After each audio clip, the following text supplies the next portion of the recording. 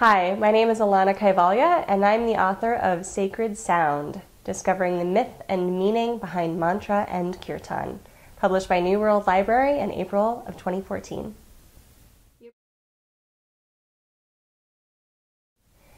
Mantra is a tool that we use as practitioners of yoga to help us get across the mind chatter.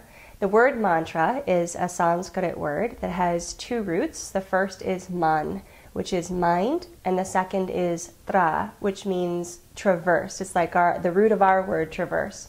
So a mantra is something that helps us to bridge the mind, or to get across the chatter and the mind stuff to the deeper parts of our own self. Kirtan is a word that literally means to cut, and it helps to cut away any of the stuff that prevents us from realizing who we truly are. And a kirtan is a call and response style singing or chanting that allows us to engage and participate fully in the activity of reconnecting with our highest self.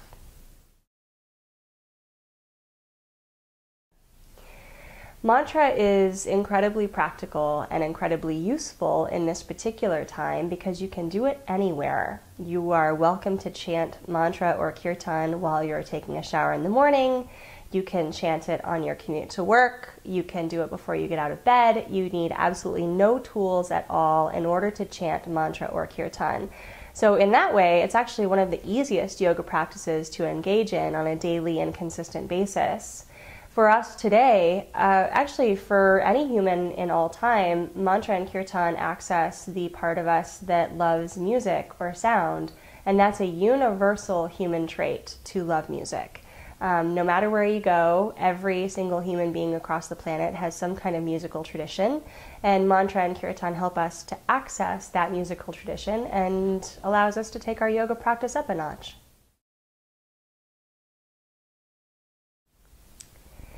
Mythology in yoga helps us to create a dialogue with the unconscious. The unconscious is exactly that. It is unconscious. It is unknown to us. And unless you have some way to fully access it and give yourself a way to bring whatever is unconscious out, it will remain forever unconscious. The yoga practices, for the most part, tend to be tools that entertain our conscious mind and give us ways to manipulate our conscious mind into being a more active participant in what we deeply desire.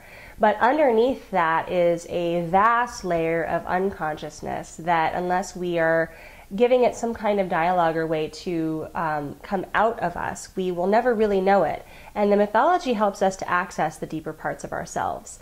It helps us to bring to life whatever is deeply unconscious that might be hidden, or that we may have repressed, or that we may have not taken a look at for a while, or that we may have not invited to the surface, or that we may see appearing to us as resistance or tension or shyness or anything that we tend to push away. And we all know that anytime you repress or push away anything, it rears its ugly head.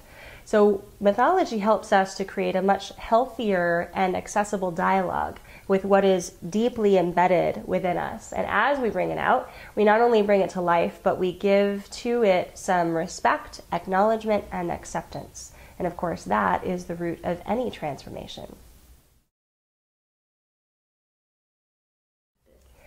Well, the practice of mantra and kirtan, given that it's one of the most accessible practices and easiest to do on a daily basis wherever you are, makes it one of the best types of yoga practice for anybody out there. You don't need to be flexible. You don't have to do any postures.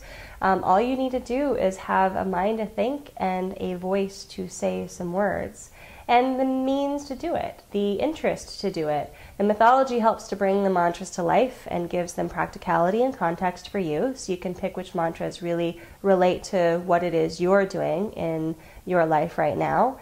And they are some of the most fun things to engage in as far as yoga practice goes. They enliven us, they enlighten us, and they help to bring us to life. Thank you so much. I hope you enjoy the book.